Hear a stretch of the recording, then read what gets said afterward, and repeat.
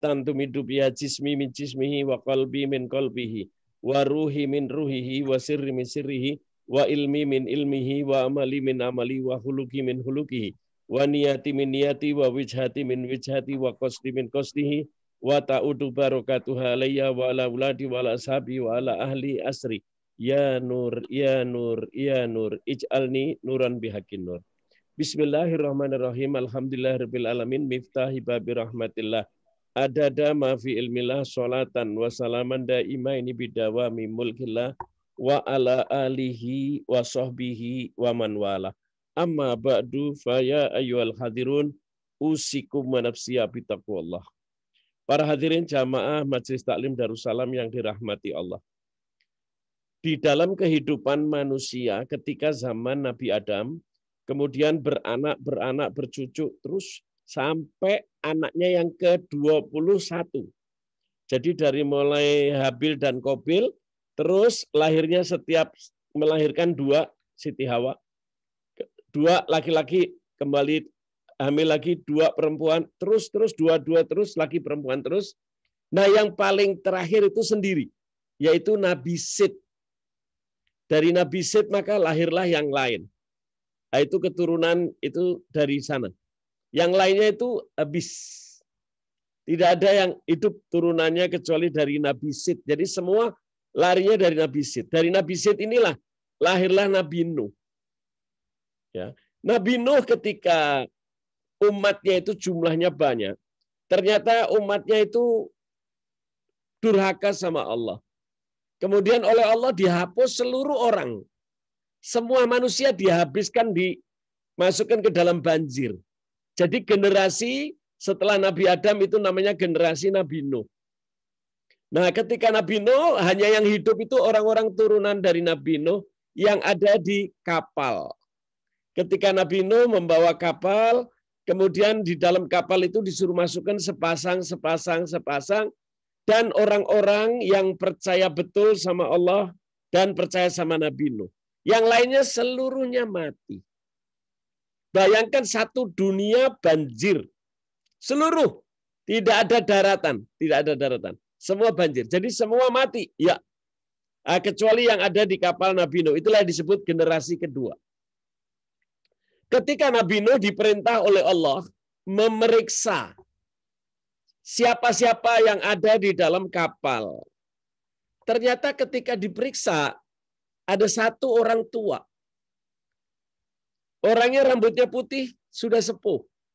Kemudian Nabi Nuh merasa tidak membawa orang ini. Kemudian Allah memberitahu, "Hei Nuh, jangan kau usir dia. Sebab dia itu iblis. Biarkan dia ikut masuk di kapal. Memang aku ciptakan dia untuk menguji manusia. Tetapi mintalah kepadanya bagaimana cara dia melecehkan manusia. Caranya bagaimana dia mencelakakan manusia. Sampaikan sama dia." Allah memberitahu bahwa pintunya ada 9.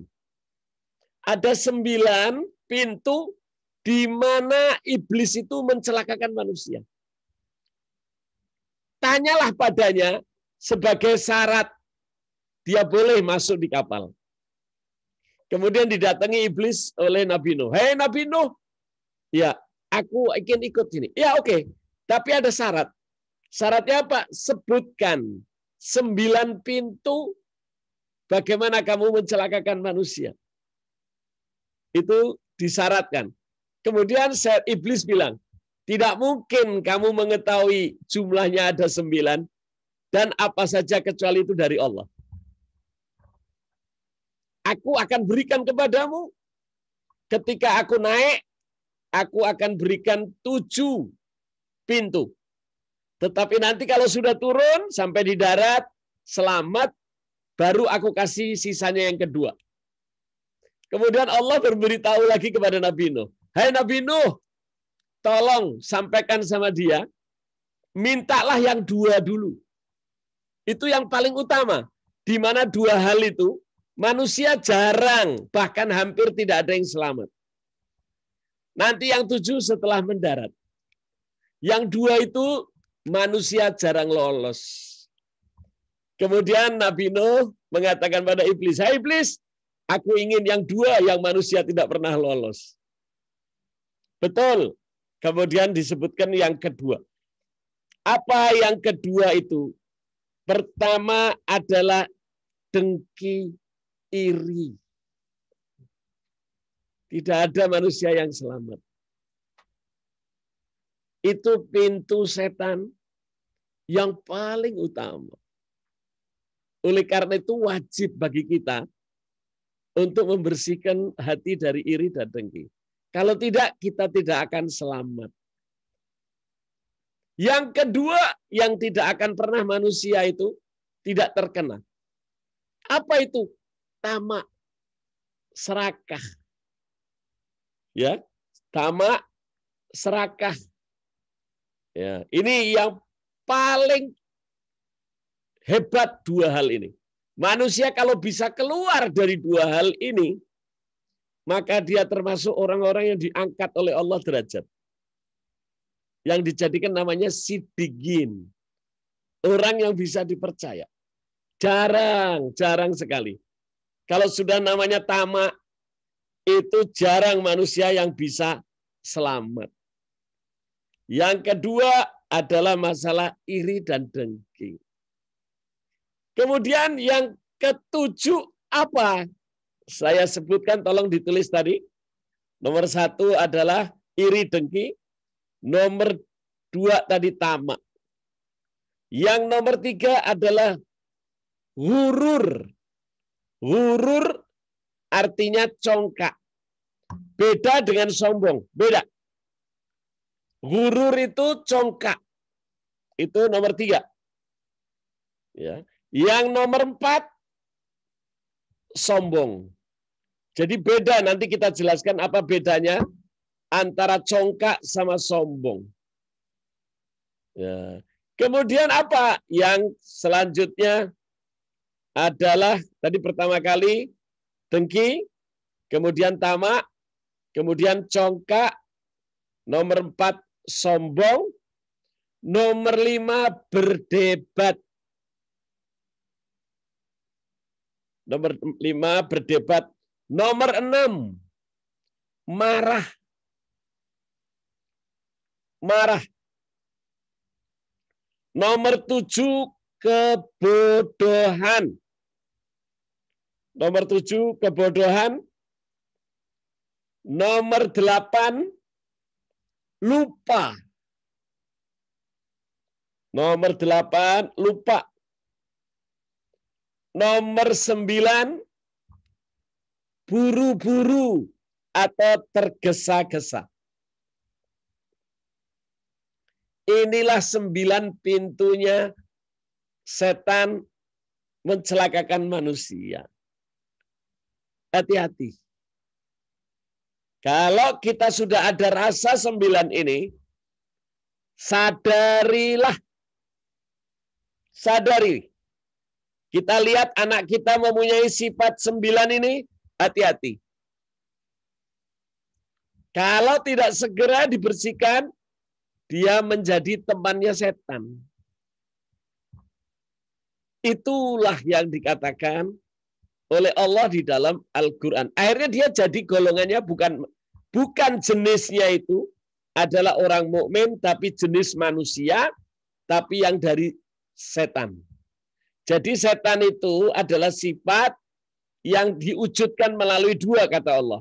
Melalui jin dan melalui manusia. Ingat ya, setan itu adalah sifat. Tetapi bentuknya namanya jin dan manusia. Jadi setan itu ada yang berbentuk manusia, ada yang berbentuk jin yang nggak bisa dilihat. Oleh karena itu kita lihat Qul a'udzu birabbin nas, malikin nas, ilahin nas, min syarril waswasil khannas, alladzi yuwaswisu fi sudurin nas minal jinnati wan nas. Yang mengacaukan semua itu, Anda jangan lihat seolah-olah iblis itu bagaimana. Iblis itu sifat yang dimiliki oleh makhluk yang celaka. Hati-hati, ingat jenisnya ada 2. Bisa jenis manusia, bisa jenis jin. Hati-hati, kita manusia itu tertinggi. Tidak ada kasta ciptaan Allah yang lebih tinggi dari manusia. Tidak ada. Oleh karena itu jangan sampai kita punya level dari yang tertinggi ciptaan Allah. Kalau kita mendatangi orang-orang yang mencelakakan dirinya, yaitu mendatangi dukun. Yang mendatangi orang-orang yang tahu mengenai jin. Maka dia sesat, sesesat-sesatnya. Apa yang sekarang fenomena itu terjadi? Hati-hati kalau suami Anda atau Anda punya anak. Yaitu apa? Banyak sekarang orang-orang yang mengaku dirinya pinter, dia mengajak minta uang untuk apa? Membeli minyak, untuk mendatangi jin. Alasannya untuk apa? Mengambil uang yang ada di dalam laut. Kalau Anda punya suami, Anda punya anak, sudah terkena itu, hati-hati. Jangan mau. Habis hidup itu akan celaka. Dan ini anak-anak muda sekarang banyak mereka menganggap itu cara mudah untuk kaya. Ya, hati-hati ini. Saya akan jelaskan satu persatu apa yang disebut dengan ghurur. Pertama saya jelaskan itu ghurur. Ghurur atau congkak. Itu kita lihat di dalam Al-Quran. Jadi ada dua yang bisa dilihat namanya manusia, yang tidak bisa dilihat namanya jin. Kita lihat surat 9 ayat 25. Siapa ini yang mau baca? Saya baca ya, Bib. Silahkan, Mbak. Surat 9 ayat 25. Bismillahirrahmanirrahim. Sungguh Allah telah menolong kamu mukminin di banyak medan perang, dan ingatlah perang Hunain. Ya, ketika jumlahmu yang besar itu membanggakan kamu, tetapi jumlah yang banyak itu sama sekali tidak berguna bagimu, dan bumi yang luas itu terasa sempit bagimu. Kemudian kami berbalik ke belakang dan lari tunggang langgang. Oke, ini saya ceritakan sedikit mengenai perang Hunain. Perang di dalam Islam semuanya diakhiri dengan Islam itu menang. Tetapi sekali ini pernah kocar-kacir. Pernah kocar-kacir 2 kali, perang Uhud sama perang Hunain. Kalau perang Uhud itu karena nggak nurut. Tidak nurut dengan apa ucapan Rasul, maka orang yang tidak nurut ucapan Rasul, dia akan sesat. Yaitu disuruh menjaga gunung Uhud, tetapi mereka melihat harta, kemudian orang-orang itu pada turun, akhirnya dihancurkan. Tetapi setelah itu Rasulullah menggalang, akhirnya perang Uhud pun dimenangkan Islam. Kalau sekarang ini perang Hunain. Perang Uhud, perang Badar, pertama kali perang Badar. Itu jumlahnya Islam itu cuma 300. Orang Islam perang Badar itu jumlahnya 300. Masih baru Islam itu. Diajak perang oleh apa? 3.000. Bayangkan 300 melawan 3.000. Ya, waktu dia jumlahnya 300, oleh Allah didatangkan pasukan dari langit. Jadi malaikat dipersenjatai untuk menghancurkan orang-orang kafir di perang Badar. Otomatis itu ada di Quran, nanti kita baca. Otomatis menang, enggak menang. Dan yang menjadikan orang itu menang, yang menjadikan orang itu kalah, itu ingat ya, jangan kita congkak. Apa yang menjadikan menang atau kalah? Allah. Bukan uang, bukan kekuasaan, bukan segalanya. Enggak ada.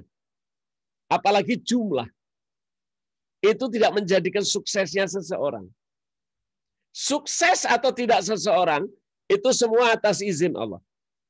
Hati-hati jangan kita congkak. Orang kebiasaan tanpa sadar, setan itu mengganggu lewat itu. Dia merasa, wah gue udah hebat, gue nggak butuh lagi Allah. Itu namanya congkak. Beda dengan sombong. Nanti saya jelaskan. Kalau sombong itu merendahkan orang lain. Itu sombong. Tapi kalau congkak itu tidak butuh. Gue nggak butuh bantuan.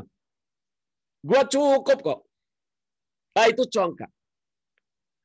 Ketika perang, jumlahnya sedikit, perang Badar, menang. Perang Uhud, jumlahnya juga masih sedikit. Menang. Perang lagi, menang. Akhirnya sampai Islam itu jumlahnya semakin hari semakin banyak. Umat Islam perang, yang jumlahnya paling banyak itu perang Hunain. Perang Hunain Islam aja banyak. Jumlahnya hampir sama dengan jumlah orang kafir. Karena orang Islam juga banyak yang masuk Islam. Jumlahnya banyak sekali. Sehingga para sahabat Rasulullah itu nganggap enteng. Kita sedikit saja menang. Apalagi kita jumlahnya banyak. Udah pasti kita menang. Sehingga dia merasa congkak. Berangkatnya saja kurang semangat. Karena apa? Harta rampasan pun kalau dibagi, jumlah yang perang banyak. Sehingga otomatis sedikit. Cuman mereka karena jumlahnya banyak, merasa pasti menang. Hati-hati jangan merasa Anda kalau menginginkan sesuatu, Anda udah yakin, oh pasti gue bisa. Oh pasti gue hebat. Oh pasti gue berhasil. Hati-hati. Itu congkak. Ini kayak gini tidak boleh terjadi pada diri kita. Siapa yang terjadi demikian merasa hebat, merasa yakin. Tanpa Anda minta bantuan Allah, maka dia disebut congkak. Congkak ini di atas sombong. Di atas sombong karena apa? Mengandalkan diri kita. Tidak mengandalkan Allah. Celaka betul. Oh bahaya, hati-hati. Ini kebiasaan. Nanti kita ambil contoh. Bahaya sekali. Kenapa demikian? Karena orang Islam menganggap jumlahnya banyak, sehingga yang menjadikan menang atau kalah itu bukan Allah. Dia menganggapkan bahwa kita menang itu karena jumlah banyak. Kita ini jumlahnya banyak, boro-boro kita perang. Kita nggak usah perang. Kita ngeludah saja. Karena jumlah kita banyak, mereka akan tenggelam. Mereka merasa hebat. Akhirnya terjadilah perang. Ketika saat perang, maka umat Islam dikepung malahan. Akhirnya kocar-kacir. Banyak yang mati. Kemudian Rasulullah mengatakan, ayo, sebab perang di sana itu bukan sehari, 2 hari, berbulan-bulan. Kemudian Rasulullah kumpulin. Maka turunlah ayat ini. Jangan kalian congkak. Jangan mengandalkan kita ini jumlah banyak. Ternyata buktinya kita kocar-kacir banyak yang mati. Sekarang ayo kita sujud minta ampun sama Allah. Jangan sekali-kali Anda mengatakan bahwa yang memenangkan perang itu kalian, kata Rasulullah. Kalian yang menjadikan menang atau kalah itu bukan jumlah. Tetapi yang menjadikan menang kalah itu Allah. Mari kita berdoa, sujud, minta ampun. Minta ampun mereka, kemudian Allah beri kabar gembira bahwa mereka akan menang. Maka pasukan yang maju pertama kali Rasulullah mengambil keledai, Rasulullah naik, sahabat masih ketakutan waktu itu. Rasulullah sendiri maju ke depan membawa pedang. Rasulullah yang banyak berhasil. Akhirnya sahabat itu pada takut. Akhirnya sahabat melihat Rasulullah. Akhirnya mereka semangat. Akhirnya mereka maju juga membantu Rasulullah. Akhirnya menanglah perang Hunain. Hati-hati, hati-hati. Ini merasa congkak, merasa hebat. Jangan kalian ada di dalam hati. Ingat, saya sampaikan ini adalah kuncinya setan mengganggu manusia. Mencelakakan manusia itu di sini. Kita sebut dulu ayat selanjutnya. Surat ke-8. Ayat 48.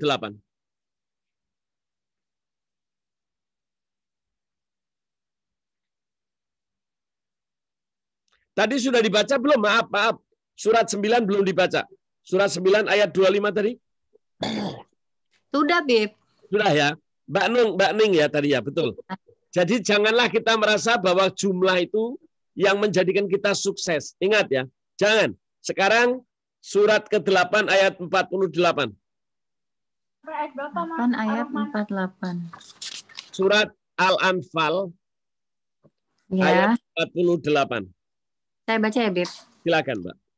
Dan ingatlah ketika setan menjadikan terasa indah bagi mereka perbuatan dosa mereka dan mengatakan tidak ada orang yang dapat mengalahkan kamu pada hari ini dan sungguh aku adalah penolongmu.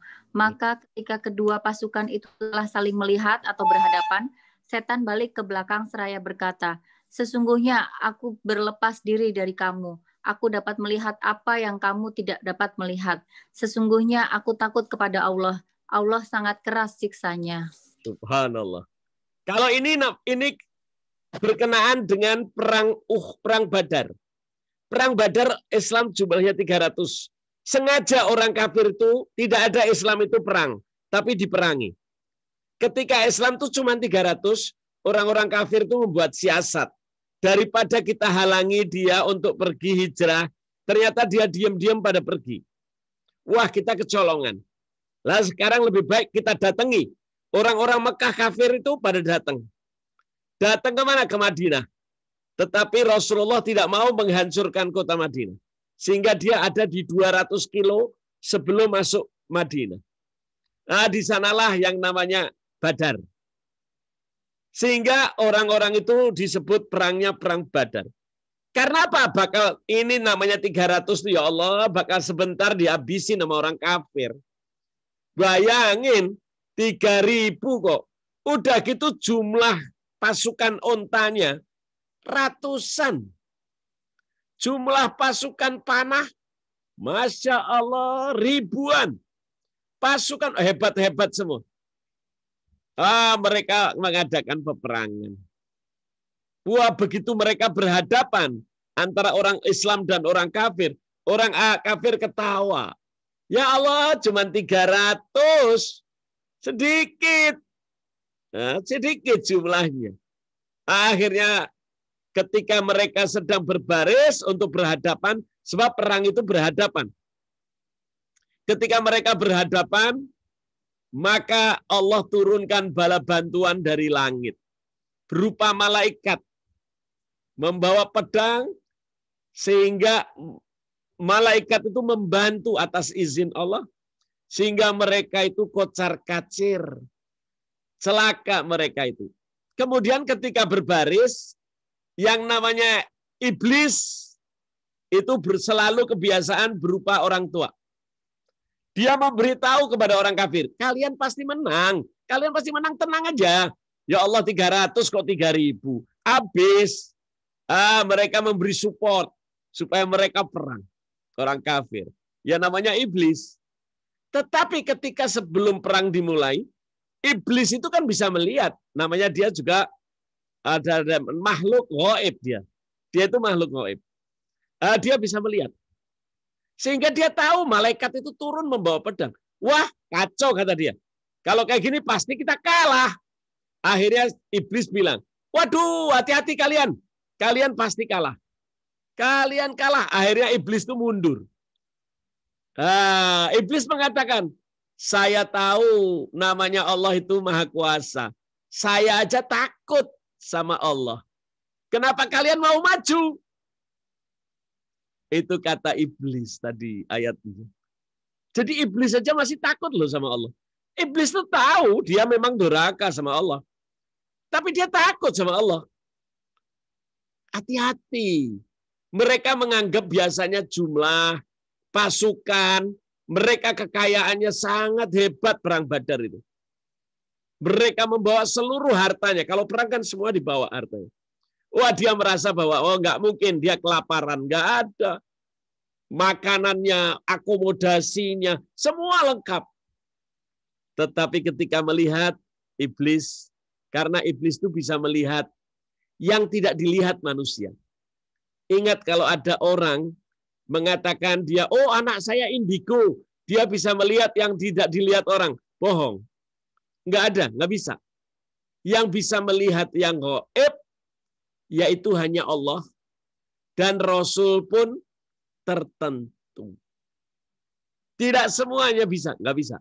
Kita melihat surat 72. Surat Jin. Ayat 26, 27.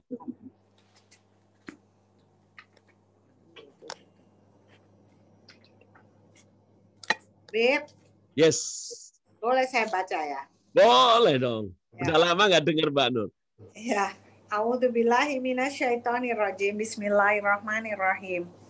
Dia mengetahui yang gaib, tetapi dia tidak memperlihatkan kepada siapapun tentang yang gaib itu, kecuali kepada Rasul yang diridhoinya. Iya. Maka sesungguhnya dia mengadakan penjaga-penjaga, yaitu malaikat di depan dan di belakangnya.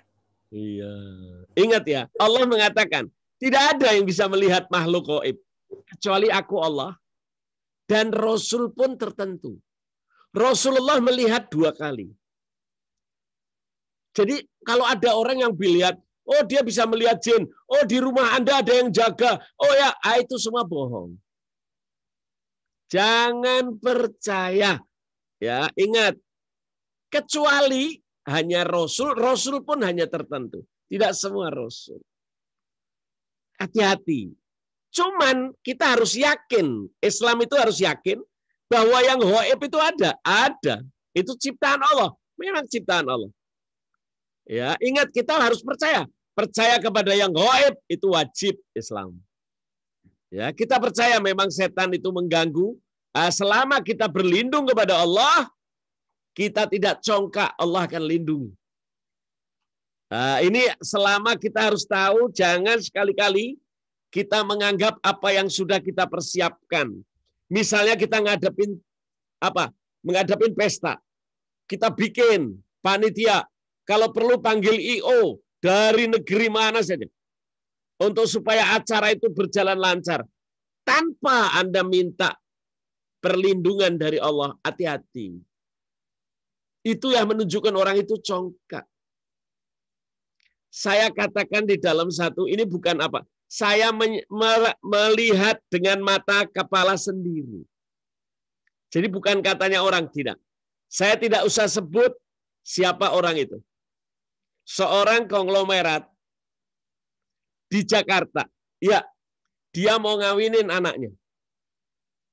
Tidak ada acara dibesarkan seperti itu. Acaranya dibuat di JHCC. Besar-besaran. Sampai tempat parkir-parkir dipakai, semuanya dipakai. Untuk acara kawinan. Wah, dia mendatangkan IO-nya dari Amerika. Untuk mengatur perkawinan ini. Dia tidak mau ada yang celaka. Bahkan 1 tahun sebelum acara, itu gladi resik. 1 tahun, ya. Jadi supir-supir taksi, waktu itu Bluebird, dibayar. Hanya untuk bagaimana jemput orang si A, si orang penting. Untuk datang ke tempat acara perkawinan. Dia merasa semua udah cocok, udah rapi. Udah hebat. Wah, saya bilang, Pak, Ibu, acara kalau kawinan kayak gini besar-besaran ini kita harus minta sama Allah. Bagaimana kalau kita mengadakan pembacaan Al-Quran untuk berlindung kepada Allah, baca wirid, baca doa, agar kita nanti terlindung. Bib ini nggak usah, itu nggak perlu, Bib. Kita udah rapi kok. Saya bilang, Pak, kita berlindung sama Allah, kita semua ini milik Allah. Oh, sudah rapi, bayangkan dari 100 tahun sudah diurus. Ya. Akhirnya sampai pada hari, pada prinsipnya nggak mau baca doa, nggak mau wirid sebelum pernikahan. Padahal yang paling utama kita berdoa, kita minta perlindungan Allah agar seluruh acara berjalan dengan baik. Tapi dia menolak. Dia merasa bahwa timnya sudah mengurus dengan hebat. Begitu hari H mulai, ketika rombongan pengantin masuk, langsung duduk di pelaminan. Maka ketika rombongan manten datang, itu namanya periasnya itu sedang membersihkan. Karena habis keliling-keliling pengantin, baru didudukkan di pelaminan. Terus si perawatnya itu, yang ngerias itu juru riasnya, sedang membetulkan dandanan si pengantin perempuan. Jatuh, meninggal dunia. Subhanallah. Wah, orang ribut. Diangkat, dibawa keluar. Acara berlangsung terus. Ya. Ternyata setelah itu, mau dalam keadaan itu, si ibu nenek mau foto. Ketika dimasukkan di pelaminan, si nenek jatuh meninggal dunia. Kemudian dia punya anak yang kecil. Sedang berlari-lari, jatuh meninggal dunia. Hari itu 3 orang meninggal. Akhirnya apa yang terjadi? Acara pun kacau. Hati-hati, ini yang kayak gini nih harus ada di dalam hati kita. Jangan kita merasa hebat. Jangan merasa hebat. Hati-hati. Setiap keadaan apa saja. Contoh kita misalnya lagi dalam keadaan COVID. Nggak usah sombong, jangan.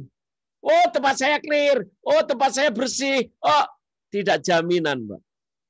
Sebab Allah itu kalau mau menimpakan, apa saja bisa terjadi.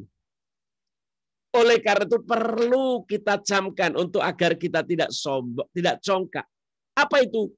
Rasulullah mengatakan, perbanyaklah kalimat la haula wala quwata illa billahil aliyil azim. Tidak ada kekuatan sedikit pun kecuali dari Allah Subhanahu wa ta'ala.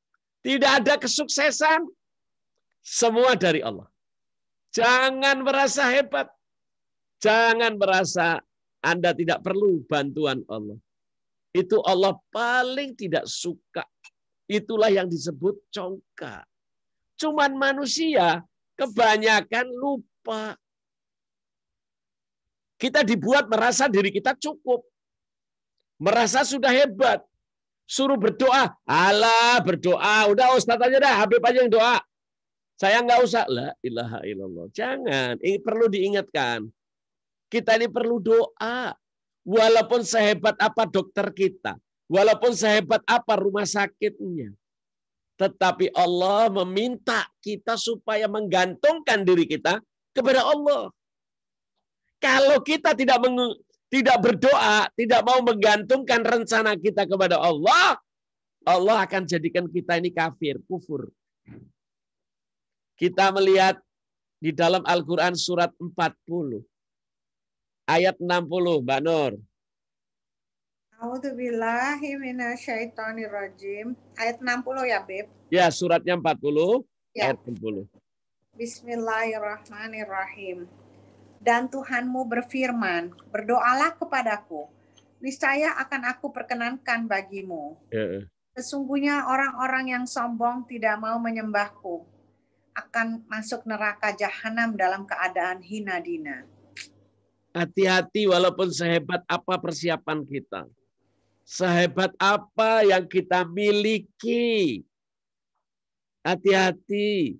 Kita tetap berlindung kepada Allah, berdoa. Jangan congkak. Kita merasa sudah cukup, nggak perlu bantuan Allah. Saya pernah membaca berita waktu saya masih di SMP.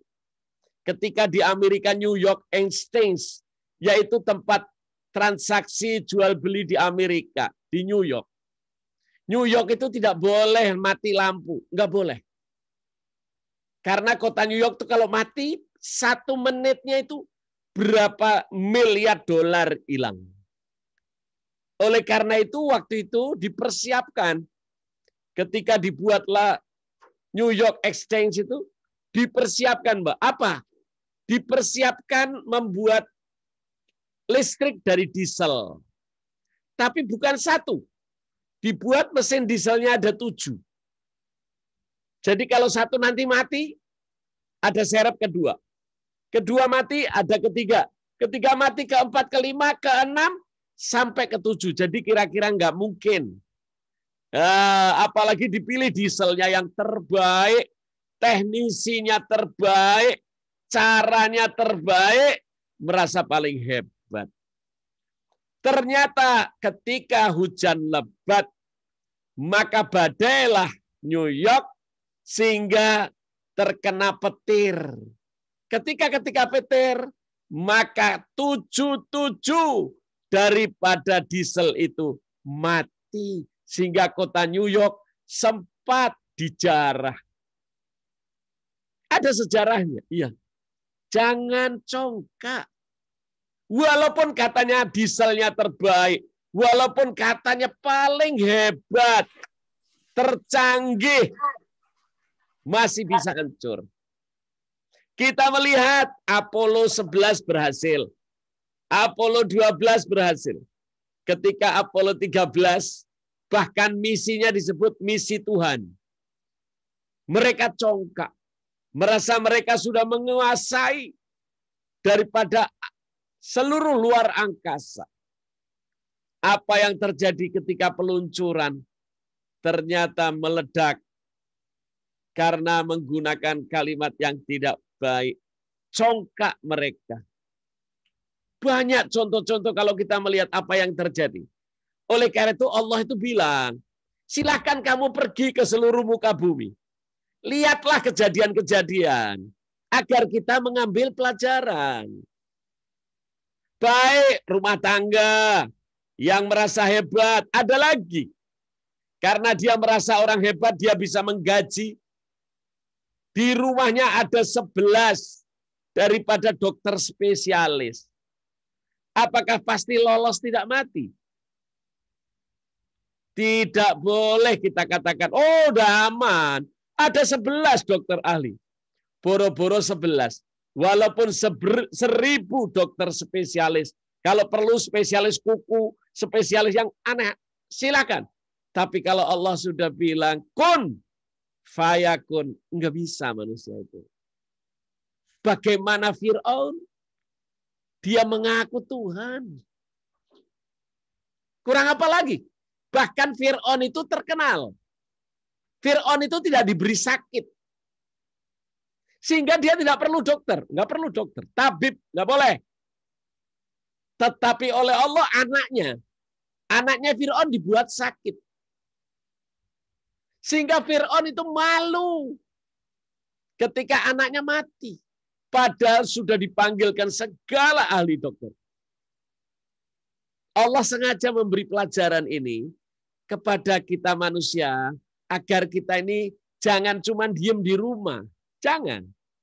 Silahkan pelajari. Lihatlah akibat-akibat apa yang terjadi. Di antara orang-orang yang merasa hebat. Bagaimana Fir'aun, bagaimana Haman, semua Haman, Fir'aun, dan sebagainya. Berapa contoh negeri yang dikatakan dulu tidak akan pernah kalah. Yaitu negeri Roma. Pasukannya terbesar di dunia. Bayangkan terbesar di dunia. Itu tentara adalah tentara Roma. Di zaman Rasulullah. Setelah itu apa? Tidak ada namanya kebaikan atau pemeliharaan tentaranya seperti Roma. Makannya, pakaiannya, pakaian besi anti perang, itu semua mereka memiliki. Paling terhebat di dunia. Tidak ada yang bisa mengalahkan. Tidak. Akhirnya Rasulullah diberitahu oleh Allah. Hai Rasulullah, sampaikan kepada mereka, jangan congkak. Jangan congkak. Melalui apa? Melalui Al-Quran. Ayat diturunkan oleh Allah kepada Rasulullah agar disampaikan kepada mereka. Akhirnya Rasulullah kirim surat kepada Roma. Ketika Roma itu rajanya datang, suratnya disobek-sobek. Marah. Mereka seolah-olah suruh takluk, suruh masuk Islam. Marah dia. Mereka merasa menguasai dunia. Merasa tentaranya paling hebat. Merasa persiapannya paling hebat. Gak boleh ada yang ganggu dia. Bayangkan Roma bisa jatuh. Mereka ketawa. Kita lihat, Mbak, surat Ar-Rum, surat 30. Dari ayat 1 coba kita bahas.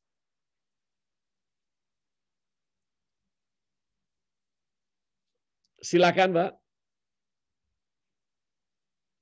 Surat 30, surat Ar-Rum. Ya, ayatnya. Ayat 1, Mbak, dari mulai 1. Ya. A'udzubillahi minasyaitonirrajim. Bismillahirrahmanirrahim. Alif Lam Mim. Ya. Terus bangsa Romawi telah dikalahkan di negeri yang terdekat. Bayangin, Mbak, itu ketika ayat itu datang sama Rasulullah disampaikan kepada orang-orang Romawi. Orang-orang Romawi ketawa. Nggak mungkin kita ini bisa kalah. Kita ini negara terbesar di dunia. Siapa yang bisa mengalahkan kita? Ketawa mereka. Bayangkan, ini kejadiannya sebelum terjadi runtuhnya Romawi. Iya. Allah telah memberi contoh di dalam Al-Quran. Allah Maha tahu bahwa negeri Romawi bisa diruntuhkan. Bisa. Nggak boleh congkak. Kemudian, Mbak, teruskan, Mbak. Bahkan di dalam waktu dekat. Di dalam waktu dekat Romawi akan dikalahkan. Terus? Di negeri yang terdekat dan mereka setelah kekalahannya itu akan menang. Yang siapa yang mengalahkan dia? Dari negeri yang terdekat, yaitu Persia. Kamu akan dikalahkan sama Persia. Dari negeri yang dekat sama Anda. Dan setelah kamu kalah, saya kasih tahu lagi kata Allah. Nanti kamu bakal menang lagi. Kamu bakal menyusun kekuatan lagi. Setelah itu negara Persia pun yang sombong, sebab kekuatan dunia itu ada dua, Roma dan Persia. Setelah kamu dikalahkan, nanti kamu juga bisa menangkan lagi, menangkan Persia lagi, sehingga kamu nanti hebat. Dan nanti datang satu waktu bahwa kamu akan dihancurkan oleh Islam. Wah, ketawa lagi dia. Islam bisa ngancurin dia. Terusin, Mbak. Dalam beberapa tahun lagi bagi Allah lah urusan sebelum dan setelah mereka menang. Allah ngasih tahu. Ini bukan urusan menang kalah itu. Bukan urusan kekuatan. Bukan urusan kehebatan seseorang. Tapi semua urusanku, kata Allah. Padahal dua negara yang paling top di dunia, boleh lihat sejarah. Itu Roma dan Persia. Yang ini bakal dikalahin dulu. Setelah ini, yang ini bakal ngalahin dia. Setelah itu nanti bakal dikuasai Islam. Siapa yang bisa tahu? Inilah Allah menunjukkan ini kekuasaanku. Kita teruskan, Mbak. Ya. Dan pada hari kemenangan bangsa Romawi itu bergembiralah orang-orang yang beriman. Ya. Karena pertolongan Allah. Dia menolong siapa yang dia kehendaki dan dia maha perkasa lagi maha penyayang. Ya. Kenapa? Itulah janji Allah. Itu janji Allah. Allah sengaja. Setelah nanti kamu dikalahkan, saya akan jadikan kamu menang. Kenapa? Kalau kamu menang, kamu ini kalian ahli kitab. Nanti dari kotamu ini banyak akan datang orang Islam. Karena ahli kitab itu gampang. Percaya, karena dia lihat ahli kitab. Nabi-nabi dulu dia percaya Romawi. Tapi kalau Persia, tidak, karena dia nyembah matahari. Orang-orang Iran, nah itu dulu disebutnya Persia. Karena daerahnya lebih luas dari Iran sekarang. Itu namanya bangsa Persia. Mereka dulu disebut Majusi. Nyembah matahari. Nyembah api. Nah, kamu akan dikalahkan. Saya kasih tahu, jangan sombong. Setelah itu, karena bantuanku, kamu akan menang. Kepada dia, iya. Ini dijanjikan oleh Allah. Dan itu semua terjadi. Waktunya dalam waktu dekat. Tidak lama, masih zaman Rasulullah. Iya. Bahkan Roma, saat itu Rasulullah setelah membacakan ayat-ayat ini, panjang, Mbak. Ceritanya di dalam, bahkan dibuat suatu surat. Namanya surat Ar-Rum. Kita harus belajar dari situ. Apa pelajarannya kita petik? Jangan congkak. Jangan merasa hebat. Jangan kalian sudah memiliki ini, itu, dan sebagainya. Kalian merasa hebat, jangan. Tetap semua itu yang nentukan Allah.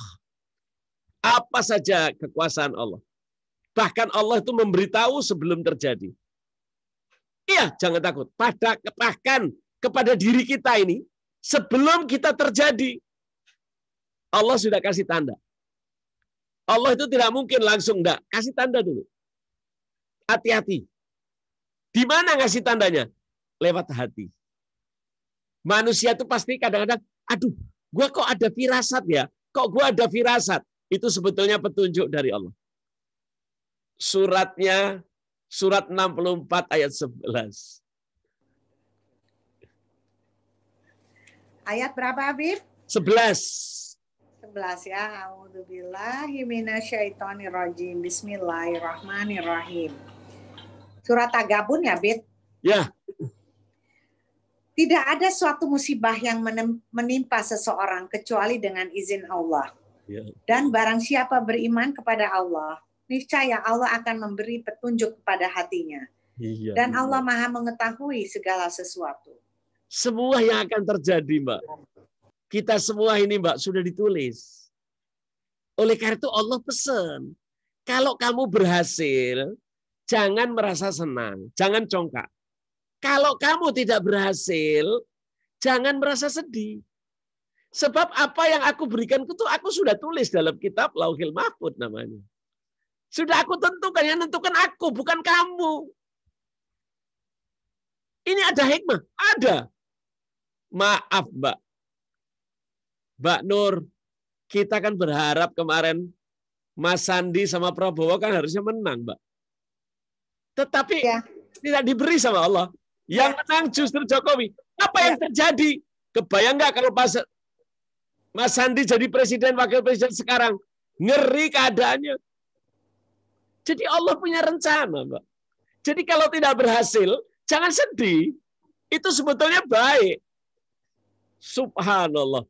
Mari kita banyak kejadian kita. Bahkan Allah sudah memberitahu lewat hati. Allah selalu, kita yang penting hati kita yang legowo, hati kita yang nerima. Kita lihat Mas Sandi begitu kalah, langsung dia oke, nggak ada masalah. Kita nggak ada masalah, kita harus legowo. Apa yang terjadi kita terima. Nggak boleh kita merasa, oh bahwa saya udah hebat. Tidak boleh. Kita semua kasih tahu ke Allah. Allah memberi hati, memberi isyarat. Kenapa kok kemarin nggak kepilih? Ya kan 2019. Ternyata tahun 2020-nya sudah ada COVID. Mungkin Allah akan kasih, kita masih nggak tahu. Tapi insya Allah kita niat. Perkara nanti 2024 berhasil atau tidak pun, kita sama Allah. Kalau terjadi, alhamdulillah syukur. Kalau tidak, insya Allah itu lebih baik. Sebab kita ini nggak tahu. Yang tahu segala sesuatu itu siapa? Allah.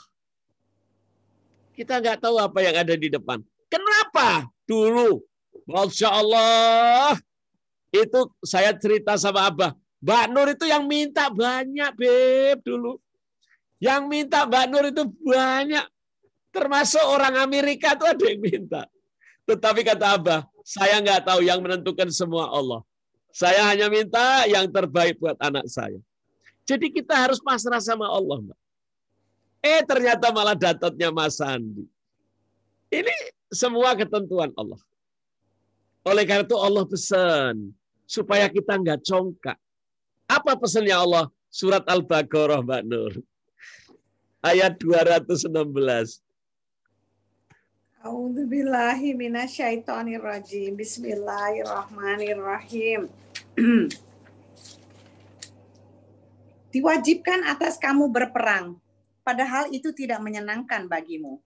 Tetapi boleh jadi kamu tidak menyenangi sesuatu, padahal itu baik bagimu. Dan boleh jadi kamu menyukai sesuatu, padahal itu tidak baik bagimu. Allah mengetahui, sedang kamu tidak mengetahui. Subhanallah, Mbak Nur. Masya Allah, saya nggak tahu kalau Mbak Nur itu banyak dulu yang senang sama Mbak Nur. Tapi ternyata dipilihkan sama Allah, Mas Sandi. Semua ini kita sudah jodohnya. Allah sudah berikan. Jadi kita prasangka baik. Kita percaya kalaupun kita nggak berhasil, itu nggak kita sukain, padahal itu baik bagi kita. Apapun yang kita anggap jelek, belum tentu jelek bagi kita. Apa yang anggap baik, belum tentu baik bagi kita. Allah tahu. Sedangkan kita nggak tahu. Kita nggak usah sok tahu. Sok tahu itulah yang disebut congkak. Jangan. Kita nggak tahu apa yang terjadi pada anak kita. Kenapa saya diberi anak laki? Kenapa saya diberi anak perempuan? Jangan mengeluh. Nggak apa-apa. Bahkan kalau kita pun sakit. Sakit itu hikmah bagimu. Kita ini ada COVID. Jangan mengeluh. Ini COVID ini adalah pelajaran. Kita nggak tahu. Bahkan ini pasti lebih baik bagi kita kalau kita bisa ngambil hikmah. Tetapi kebanyakan kita ini congkak. Oh, merasa aman. Jangan. Jangan kalian merasa aman. Kecuali kata Rasulullah, ruhmu sudah keluar. Kalau ruh sudah keluar, Anda berarti tenang. Sudah. Tapi selama ruh ada di badan, jangan pernah merasa aman. Semua adalah ketentuan Allah. Kita boleh berusaha. Tetapi Allah tetap yang menentukan. Jangan merasa, oh gue pasti berhasil ini. Karena apa? Persiapan gue rapi. Tidak. Jangan. Insya Allah ada faktor X yang kita harus yakini. Itulah yang disebut tawakal Allah. Barang siapa Allah mengatakan berusahalah kamu.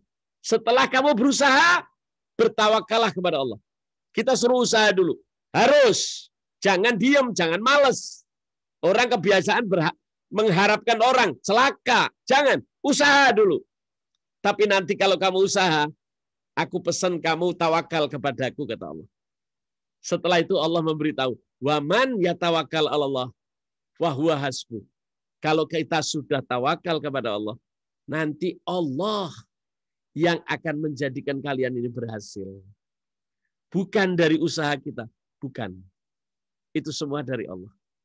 Ayatnya jelas. Oleh karena itu mari kita biasakan anak kita, keluarga kita. Jangan dia merasa hebat. Oh mah, tadi malam adek udah belajar mah. Insya Allah ujian mah kecil. Jangan dek, jangan. Doa. Mamahnya sholat. Mamahnya puasa. Prihatin. Agar nanti adik lulus ya dek.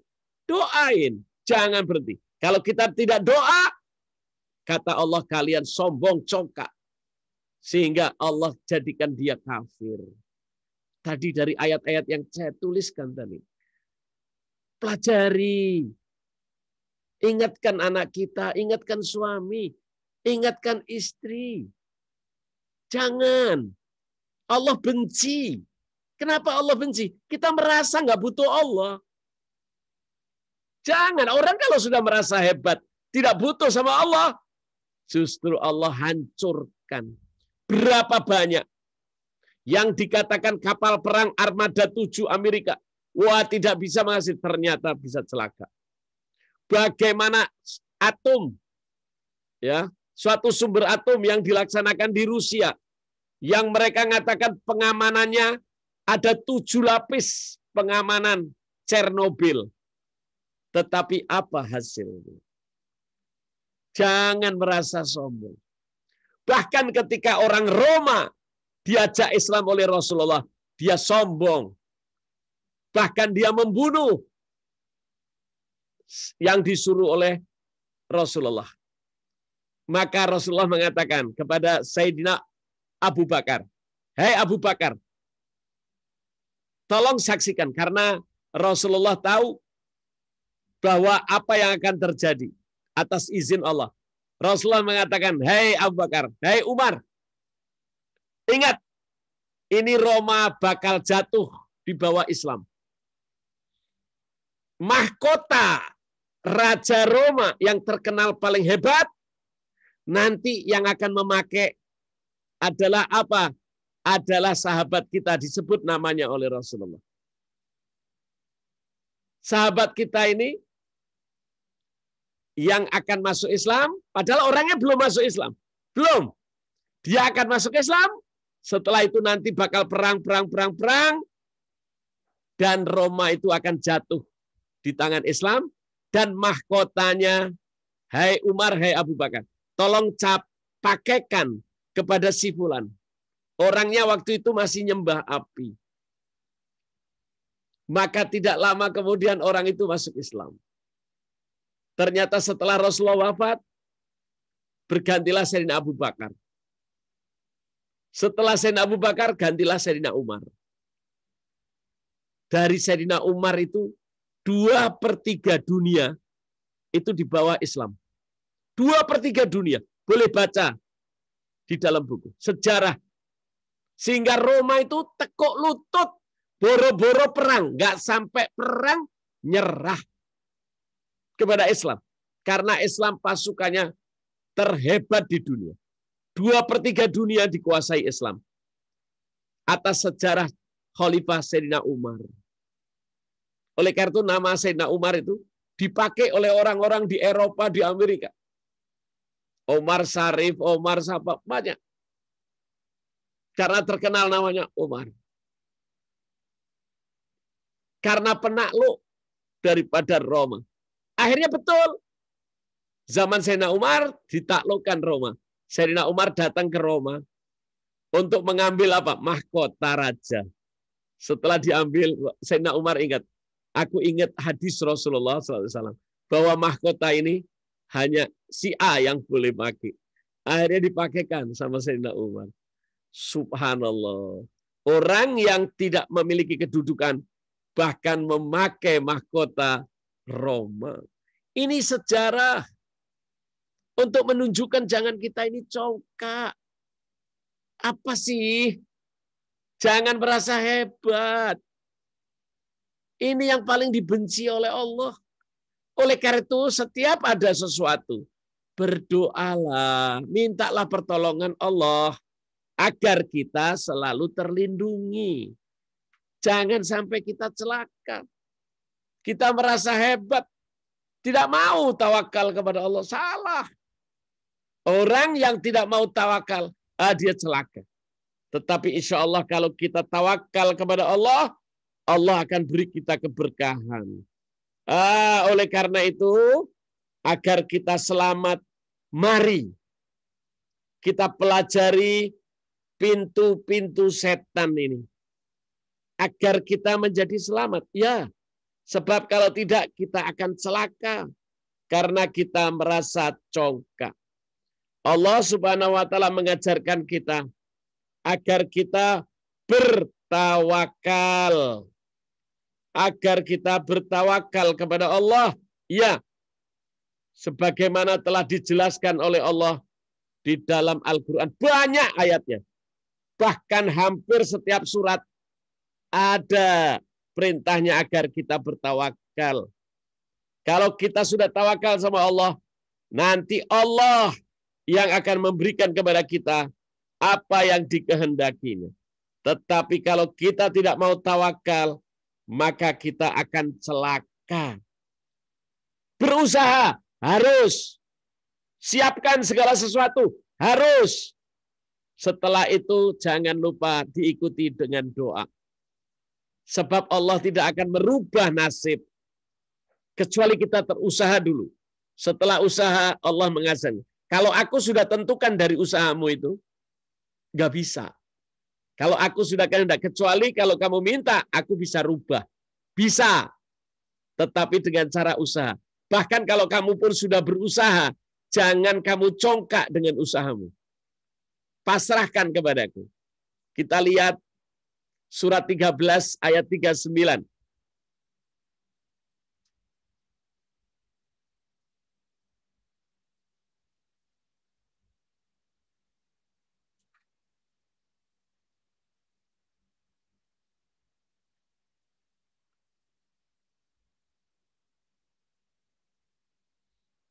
Bunis. Tante Nis. Ya, boleh. Surat berapa? 13 ayat berapa, Bib? Surat 13 ayat 39. Ayat 13. 39. A'udzubillahi minasyaitonirrajim. Bismillahirrahmanirrahim. Allah menghapus dan menetapkan apa yang Dia kehendaki, dan di sisinya terdapat umul kitab atau laut mahfuz. Allah bisa menghapus apa yang sudah ditentukan itu, masih bisa dihapus, masih bisa ditambah. Kita dengan cara apa? Berdoa, berusaha. Kemudian Mbak Nis satu lagi, surat 13 ayat 11. A'udzubillahi minasyaitonirrajim. Bismillahirrahmanirrahim. Baginya manusia ada malaikat-malaikat yang selalu menjaganya bergiliran, dari depan dan belakang. Mereka menjaganya atas perintah Allah. Sesungguhnya Allah tidak akan mengubah keadaan suatu kaum sebelum mereka mengubah keadaan diri mereka sendiri. Dan apabila Allah menghendaki keburukan terhadap suatu kaum, maka tak ada yang dapat menolaknya dan tidak ada pelindung bagi mereka selain Dia. Kita suruh berusaha, harus, kata Allah. Aku tidak akan merubah, harus ada usaha. Tetapi kalau kalian sudah usaha, jangan merasa hebat dengan usahamu. Kalau aku sudah menghendaki celaka satu kaum, ya dia tetap akan celaka. Oleh karena itu perlulah kita setelah berusaha, kemudian kita berdoa, kita tutup dengan tawakal. Agar Allah tidak mengecap kita sebagai orang yang congkak. Demikian juga kita sekarang ini. Dalam keadaan COVID, kita harus jaga diri, jangan keluar, itu termasuk usaha. Kemudian kita ikuti dengan berdoa. Setelah berdoa kita tawakal. Jangan jadi akhirnya kita jadi paranoid. Jangan. Itu perintah Allah. Nah nanti Allah yang menentukan. Itulah cara. Minta tolong lagi surat 9. Ayat 51.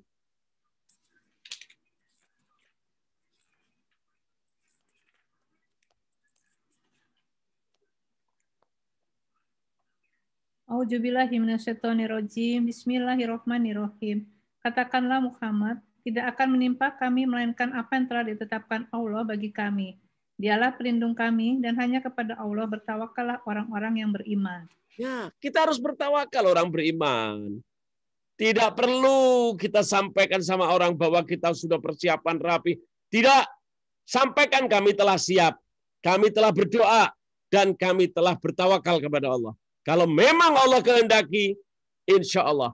Kalimat insya Allah ini menunjukkan kita ada gantungan dengan Allah. Agar kita tidak termasuk orang yang congkak. Minta tolong satu lagi, surat 9, ayat 129.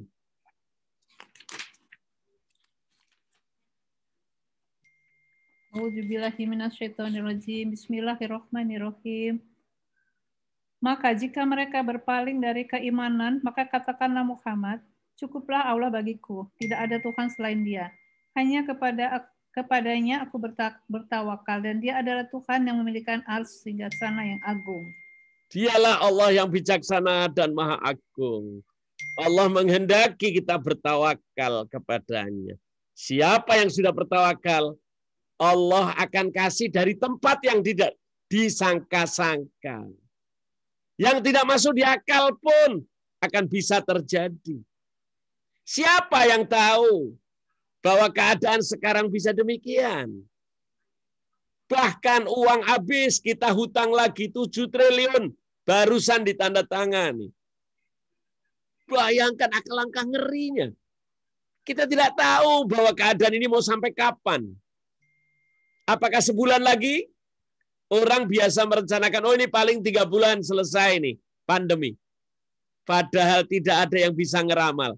Berapa banyak ahli-ahli pandemi sedunia. Ternyata tidak ada satupun yang tahu dan berhasil. Bahkan para dokter pun bingung. Dari mana penularannya saja, dari mana nggak ada yang tahu. Tetapi kita umat Islam diajarkan oleh Allah. Surat 65 ayat 3.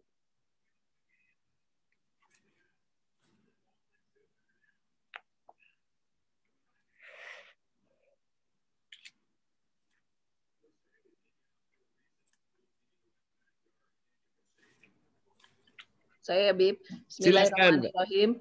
Dan Dia memberinya rizki dari arah yang tidak disangka-sangkanya. Dan barang siapa bertawakal kepada Allah, niscaya Allah akan mencukupkan keperluannya. Sesungguhnya Allah melaksanakan urusannya. Sungguh Allah telah mengadakan ketentuan bagi setiap sesuatu. Ya. Ayolah kita usaha menjaga diri. Apa yang harusnya diikuti dari Rasul, dari Allah. Janganlah kalian kalau ada pandemi kalian keluar. Jangan keluar. Kita sabar sedikit lah. Setelah itu sambil kita tawakal sama Allah. Tetap kita jalanin kehidupan dengan cara yang baik. Kemudian kita tawakal kepada Allah. Yakin nanti Allah yang akan menentukan yang terbaik bagi kita. Tetapi kalau kita tidak mempunyai pegangan yang namanya tawakal, maka orang pada paranoid, bahkan banyak yang bunuh diri. Celaka, dia tidak tahu kepada siapa dia harus bergantung. Tetapi kita orang Islam, alhamdulillah, kita punya pedoman bahwa semua itu Allah yang menentukan. La haula wala quwata illa billah. Apapun yang sudah kita katakan hebat, tetapi kita masih punya, yaitu Allah yang menentukan, bukan kita. Keberhasilan itu bukan kita. Dikatakan di dalam ayat yang lain. Apabila kamu melempar batu, sesungguhnya yang melempar itu bukan kamu. Kamu merencanakan sesuatu, tetapi rencanaku, kata Allah, lebih baik bagimu. Wa makaru wa makarullah. Wallahu khairul makirin. Allah bisa mau mencelakakan kamu dengan makar. Makar itu bahasa Arab. Tetapi Allah lebih tahu makar itu. Oleh karena itu percayalah kepada Allah. Tawakallah kepada Allah. Sehingga kita tidak termasuk orang yang congkak. Atau orang yang dibenci oleh Allah. Insya Allah satu persatu kita jelaskan ini pintu-pintu setan. Kalau di dalam hati kita sudah merasa kita pasti berhasil. Ingat, di situ ada faktor X, yaitu faktor Allah Subhanahu wa Ta'ala, yang harus kita bergantung kepadanya. Jangan mereka Anda, oh saya berhasil, oh saya pasti hebat, oh saya pasti tidak mungkin saya begini. Nggak ada kalimat itu. Bagi Allah segalanya mungkin. Ingat, usaha, berdoa, tawakal kepada Allah agar kita tidak termasuk orang yang congkak. Sampai di sini dulu Darussalam. Hari ini masih ada waktu 1/4 jam barangkali untuk kita saling tanya jawab apa saja. Silakan.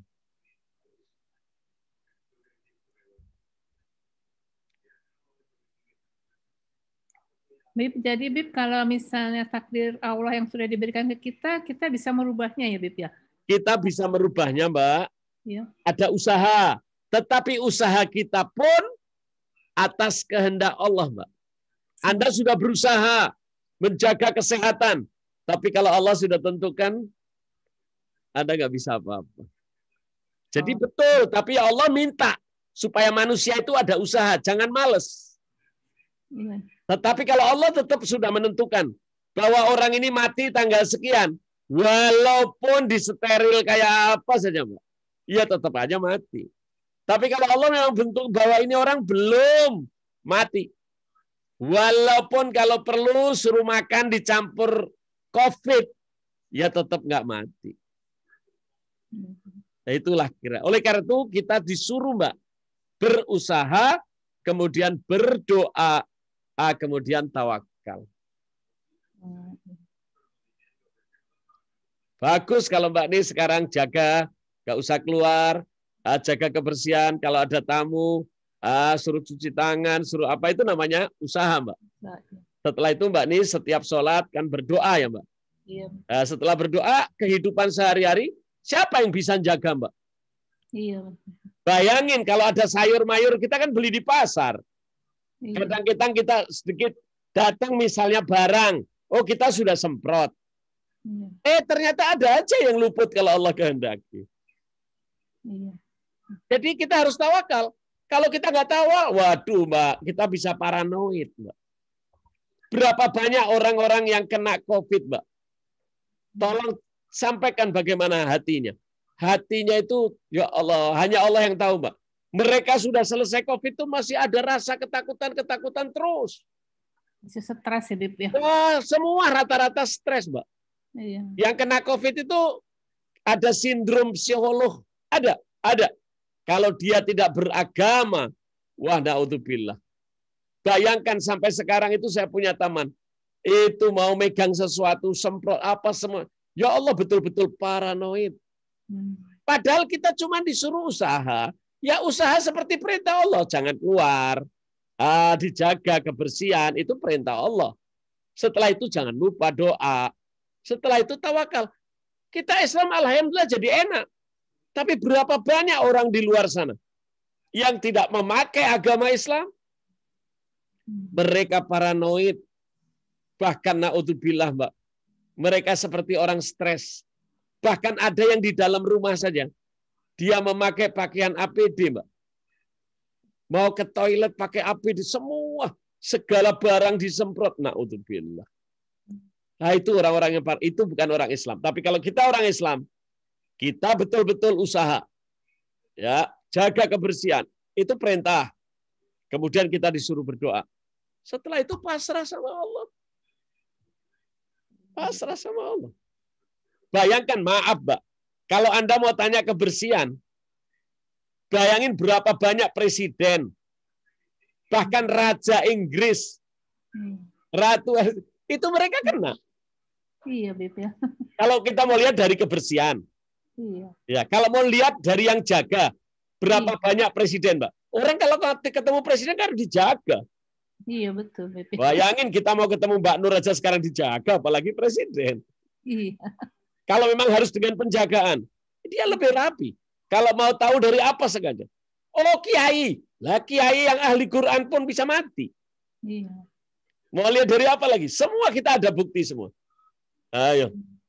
Dokter, bahkan dokter ahli pandemi, itu profesor di Jogja, itu guru besarnya mati. Padahal dia ahlinya pandemi. Jadi kita di sini kita mesti, Mbak, ada hikmahnya. Kita jangan congkak. Di sini kita harus semakin yakin dengan adanya pandemi ini. Bahwa Allah itu ada dan Allah yang menentukan segala sesuatu. Iya, betul. Ada hikmah, Mbak, insya Allah. Kira-kira mudah-mudahan bisa dipahami ini. Iya, mungkin semua udah itu, Bib ya. Ya. Manusia lebih ini lagi. Bayangin. Bayangkan, Mbak. Orang hamil, ada yang ibunya kena, bayinya kena. Ibunya yang mati, bayinya sehat. Ada yang ibunya sehat, kena COVID. Bayi yang di dalamnya kena. Kita nggak tahu, Mbak. Siapa yang berani menjamin? Bahkan dokternya saja. Berapa banyak dokter, profesor, ahli-ahli. Mereka mati. Iya. Di sini logika, Mbak. Nggak bisa dipakai. Di sini ada faktor X. Siapa itu? Yaitu Allah Subhanahu wa ta'ala. Di mana tempat kita bergantung. Ada lagi, Mbak. Bagus pertanyaannya, bagus. Terima kasih. Ada lagi. Mudah-mudahan Mbak Foya nggak paranoid ini. Beb, mau nanya. Silakan, Beb, Mbak. Ya. Ini kejadian musibah terus-menerus ya, Beb. Apa sih sebenarnya apa yang terjadi gitu, Beb? Satu, Mbak, nggak ada alasan lain. Nggak bisa alasan lain. Ini kan apa? Negeri banyak dosa, Mbak. Betul ya, Beb. Berarti harus bertaubat ya, Beb. Harus bertobat. Istilahnya jangan mencelakakan ulama. Itu termasuk di dalamnya, Mbak. Siapa yang mencelakakan ulama berarti perang. Aku perang, menyatakan perang kepada Allah. Suratnya surat 29, Mbak. Ayat 41. Jelas kok, Mbak. Nggak ragu-ragu. Nggak. Kenapa ini? Ini barusan, Mbak. Baru gempa lagi loh, Mbak. Ya betul, Bib. Gempa, Bib. Gempa, banjir. Segalanya terjadi dalam satu waktu. Tapi gimana, Bib? Nggak sadar tapi ininya. Gimana? Kita baca dulu ayatnya, Mbak. Surat 29, ayat 41. A'udzubillahi minasyaitonirrajim. Bismillahirrahmanirrahim. Perumpamaan orang-orang yang mengambil pelindung selain Allah. Bukan, Mbak. Surat 29, ayatnya 40. Maaf, bukan 41. Ya. Ayat 40. Maka masing-masing mereka itu kami azab karena dosa-dosanya. Di antara mereka ada yang kami timpakan kepadanya hujan batu kerikil. Gunung meletus. Ya, ditimpa suara keras yang mengguntur. Ada yang kami benamkan ke dalam bumi, Lancar. dan ada pula yang kami tenggelamkan. Allah sama sekali tidak hendak menzolimi mereka, akan tetapi merekalah yang menzolimi diri mereka sendiri. Jelas, Pak Nur. Karena dosa-dosa kita menumpuk, karena kita zalim. Berapa banyak Pak orang miskin, sumbangan untuk mereka makan ini sekarang sulit, masih dikorupsi. Itu kan zalim sekali, Mbak. Udah kelewatan. Untuk apa, Mbak? Allah timpakan ini. Allah masih sayang sama kita. Suratnya 30, Mbak. Ayatnya 41. A'udzubillahi minasyaitonirrajim. Bismillahirrahmanirrahim. Telah tampak kerusakan di darat dan di laut disebabkan karena perbuatan tangan manusia. Ya. Allah menghendaki agar mereka merasakan sebagian dari akibat perbuatan mereka. Ya. Agar mereka kembali ke jalan yang benar. Jelas ya, Mbak. Quran jelas semua, Mbak. Wah, ayo. Nggak ada lain, Mbak. Ayo, ini karena dosa-dosa, ini akibat tangan manusia sendiri. Dan Allah mengenakan ini, Mbak, tidak hanya kepada yang zalim, tidak yang zalim saja yang mati, Mbak. Yang kena banjir itu banyak orang soleh. Kenapa, Mbak? Kok bisa orang soleh kok kena? Karena orang solehnya diam. Tidak menentang. Jangan, kalau kita memang ada yang nggak beres, kita harus berani ngomong. Itulah yang disebut amar ma'ruf, nahi munkar. Lah ini ada kejelekan malah dipuji-puji. Itu, Mbak. Aku, kata Allah, Allah lebur satu kota, Mbak, zamannya Nabi Musa. Dibakar oleh Allah. Padahal di dalamnya ada 18.000 ulama. Musa tanya, zaman Rasulullah diceritakan oleh Rasulullah. Akhirnya sahabat tanya, ya Rasulullah, kenapa kok banyak ulamanya, tetapi kok ditimpakan azab? Sebab ulamanya diam ketika mereka berbuat yang tidak baik. Berapa banyak ulamanya sekarang malah mendukung, Mbak. Mbak Nur kan lihat sekarang banyak ulama yang mendukung. Apa nggak ngeri, Mbak? Kita selalu, ayo minimal kita menunjukkan rasa tidak suka. Bayangkan makanan untuk fakir, miskin, anak yatim diembat bermiliar-miliar. Triliun, Beb. Lah iya sampai segitu, Mbak. Ini semua ada di Quran, Mbak. Semua ada. Bahkan kalau saya bahas mengenai itu lagi, Allahu Akbar. Mari kita, Allah bilang tadi apa? Aku rasakan agar mereka kembali ke jalan yang benar. Harus tobat, Mbak. Tobat, tidak ada jalan lain. Tobat nasional. Baru insya Allah kita akan menjadi yang negeri yang badatun, thayyibatun, wa rabbun ghafur. Tapi minimal, Mbak, kita harus menyatakan bahwa kita tidak suka kepada mereka. Tidak boleh kita mendoakan mereka saja, nggak boleh, Mbak. Sebab kalau kita ada mendoakan orang zalim, berarti kita bagian dari mereka. Kenapa ulama-ulamanya malah mendoakan, Mbak? Tidak boleh dalam Islam, tidak boleh. Kalau kita lihat memang tidak baik, tidak boleh mendoakan. Oleh karena itu waspada, hati-hati. Insya Allah negeri kita segera, Mbak, segera hilang dari musibah-musibah. Wah, ini ngawur, Mbak. Apa saja ada. Dari laut ada, dari darat ada, dari udara ada. Pesawat meledak, semuanya Beb, udah. Beruntun terus ya, Beb. Ya Allah, dalam waktu bulan ini, Mbak. Ngeri ya, Beb ya. Bayangkan, Mbak. Orang gempa kan sekali, Mbak. Habis gempa biasanya terus rendah, hilang. Nah ini gempa pertama kok gempa yang kedua lebih keras, ini kan ngawur, nggak pernah terjadi. Berarti peringatannya terus dikerasin ya, Beb, ya, supaya sadar. Supaya agar kita kembali. Ya, sadar. Aku timpakan musibah itu agar kalian kembali ke jalan yang benar. Ngeri sedih. Insya Allah Mas Andi dilindungi, Mbak. Amin. Amin, Beb. Doain ya, Beb. Insya Allah, Insya Allah. Mbak Ning, mau tanya apa Mbak Ning? Nggak ada, Beb. Mas Joko nggak ikut nih? Masih di kantor, Beb. Masya Allah. Masya Allah. Siapa yang mau tanya lagi nih? Mbak Foya belum berani tanya nih. Nggak ada, Bib. Neng Foya ya, Neng Foya. Masya Allah. Mbak Ita, tanya Mbak Ita. Enggak, Bib. Dengerin aja. Hati-hati. Belum ada pertanyaan, Bib. Ya, yang penting kita selalu sholat, doa, tawakal.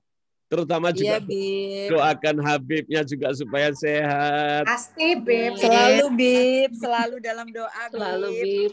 Saling mendoakan. Insya Ya, Allah. doa. Waduh, ngeri kalau lihat keadaan Mbak Ita. Siapa yang bisa berlindung dari yang namanya COVID-19 ini kalau kita tidak berlindung kepada Allah? Iya, Bib. Benar, Bib. Itu teman saya, Bib, yang saya sedih. Baru saya lagi dalam keadaan COVID, saya telepon dia bilang, iya Nur. Dia kerja di ini, memang di tempat pemerintahan gitu, Bib ya. Terus dia bilang, ya Nur, kalau gue tuh tiap minggu swab sama suami, sama anak, dia bilang. Karena, swab tiap minggu, gue aja belum pernah kalau nggak karena COVID gitu kan. Akhirnya, Bib, nggak lama saya bilang begitu. Orangnya baik sih, Bib, emang ini. Suaminya juga ini banget sama kita. Seminggu saya berangkat, Bib, udah meninggal. Ini COVID. Innalillahi. Suaminya, bayangin yang saya ngebayang, suaminya COVID, dianya juga COVID, anaknya juga COVID, tapi dia isolasi di rumah, suaminya di rumah sakit. Jadi udah sampai meninggalnya, sampai udah ininya nggak ketemu, Bib. Sedih, Mbak. Sedih. Ada satu teman kita di pengajian kita, Mbak. Dia kebetulan seluruh keluarganya itu betul-betul menjaga diri. Gak ada apa-apa. Satu saat, Mbak. Kebetulan satu saat dia harus pergi ke pasar untuk belanja. Dia sudah pakai pakaian APD, Mbak. Subhanallah. Setelah itu di rumahnya itu karena dia takut ayahnya itu ada stroke. Jadi dia jangan sampai kena. Udah ternyata, Mbak, dari APD-nya itu tadi tidak dibuang, Mbak. Jadi dari situlah terkena. Akhirnya satu keluarga kena semua. Gara-gara kena itulah ayahnya barusan meninggal, Mbak. Kurang lebih baru 3 hari yang lalu. Ya Allah, innalillahi. Sampai dipengin tahu dari mana ini, dari mana? Ternyata pakaian APD itu bisa menularkan, Mbak. Jadi harus dibuang di tempat yang benar-benar. Jadi tidak boleh ditaruh di tempat sampah saja, nggak boleh. Oh, dibakar ya, Bib, kalau nggak salah. Dibakar atau dibungkus dulu plastik lagi, baru dibuang ke sampah. Iya, karena saya tanya waktu yang kan saya COVID itu saya di booster kan, Beb, sama suster ini. Supaya cepat naik ininya kan, Beb. Ya. Nah, terus saya tanya, ini suster udah berapa tahun pengalamannya dan lain-lain gitu. Iya, Bu. Kalau saya habis ini pulang, berapa pasien, Sus, gitu kan. Bajunya dibuang di tempat sampah khusus, dia bikin emang untuk dibakar, Beb. Jadi ya, bagus. Semuanya jadi saking bahayanya sampai kayak gitu, Beb. Ngeri. Ya, Mbak, kita tidak ada yang berani menjamin walaupun suster, walaupun siapapun, kecuali kita berlindung kepada Allah. Betul, Beb. Teman kita tuh sampai sekarang, Mbak, tidak bisa tidur tiap malam itu WA, tolong Beb doa, karena dia paranoid sekali. Kesian, Mbak. Karena dia nyesel gara-gara dia ayahnya mati seolah-olah. Saya bilang bukan. Itu ajal ya, Allah sudah tentukan. Hati-hati, kita jangan paranoid. Kita punya Tuhan. Kita punya Allah yang menjadi pelindung kita. Tapi kalau Allah sudah tentukan tidak, ya tidak. Jadi jangan Anda merasa seolah-olah itu dari kita matinya. Nggak ada, nggak boleh. Semua mati itu ketentuan Allah. Allah mengatakan, kullu nafsin dalikal yamut. Semua orang pasti akan mati. Dan dia tidak tahu kapan mati dan di mana dia mati. Wah, kalau enggak, Mbak, itu bisa shock. Wah, saya bilang kalau kali gini kamu bisa gila, saya bilang. Dia merasa guilty karena ayahnya mati seolah-olah gara-gara dia. Itu yang Habib bilang tadi, takdir itu ya Habib ya. Kita udah usaha semaksimal mungkin. Kalau Allah udah menentukan ya Habib ya. Kita berusaha, kita berdoa, tawakal. Ya jalan biak bukan? Ya. Kalau enggak, hati-hati kita bisa sakit, Mbak. Walaupun kita ngaku Islam. Tapi kalau iman kita tidak kuat, tidak mengikuti perintah Allah kayak gini, wah ngeri, Mbak. Berapa banyak ahli kedokteran loh, Mbak. Bahkan ahli-ahli pandemi sendiri. Kita nggak bisa apa-apa, tidak menjamin. Usaha kita itu tidak menjamin. Itu ya, Bib. Bib. Ya, gimana Mbak Rin? Itu ya, kalau aku dibilangin ya, Bib, kita tuh pakai masker, itu juga cuman melindungi itu 70%. Emang benar-benar harus ini tawakal kepada Allah. Karena itu juga bukan jaminan. Jadi tetap harus social distancing. Gitu loh, Bib. Jadinya emang sekarang kan dulu kita kalau ada orang COVID kita nggak kenal. Sekarang tuh makin dekat keluarga Riri banyak, Bib, yang kena, Bib, Masya Allah. Lah ya sekarang ngeri. Hari ini sudah sampai 13.000 per hari.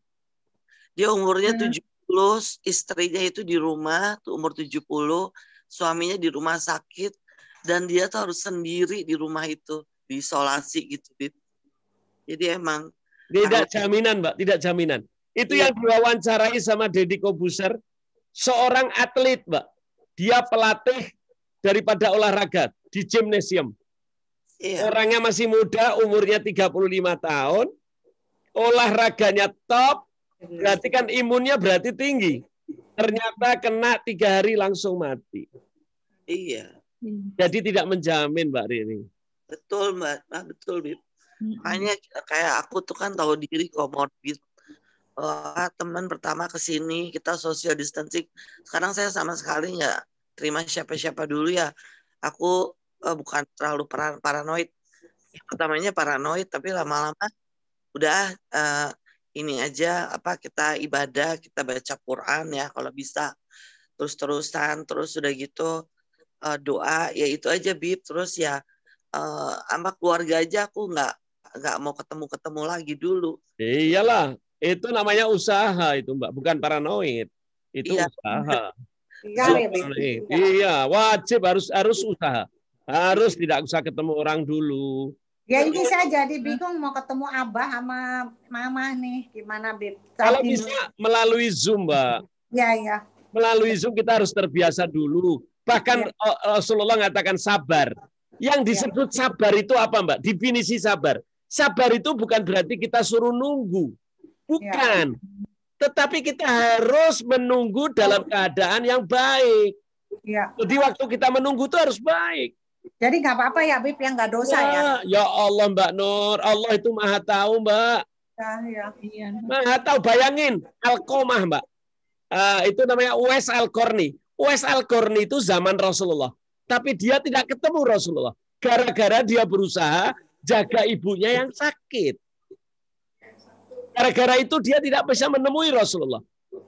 Tapi bahkan Rasulullah mengatakan apa? Hei Umar, hei Ali, cari yang namanya Uwais Al-Qarni. Kamu ketemu dia, kamu minta doa agar kamu diselamatkan dari dosa-dosa oleh Allah. Bayangin, Mbak. Padahal nggak ketemu Rasul. Jadi kalau Mbak Nur ini tidak ketemu Abah, bukan berarti Mbak Nur nggak hormat. Justru Mbak Nur jaga. Kesian, kita bisa lewat Zoom, kita bisa apa. Tidak, itu salah satu usaha, Mbak Nur. Iya, Bib, saya juga nggak ketemu-temu orang udah lama. Gak apa-apa. Iya. Kalau ditanya kepingin ketemu, ya Allah, kalau ditanya saya kepingin ketemu sama namanya Foya. Iya, Bib. Foya. Ada kangen berat ya. Bayangin kepingin ketemu sama Mbak Yusnita. Kepingin kita ketemu Mbak Nur, kepingin makan-makan lagi di sini. Kepingin, Mbak. Tetapi kan kita berusaha.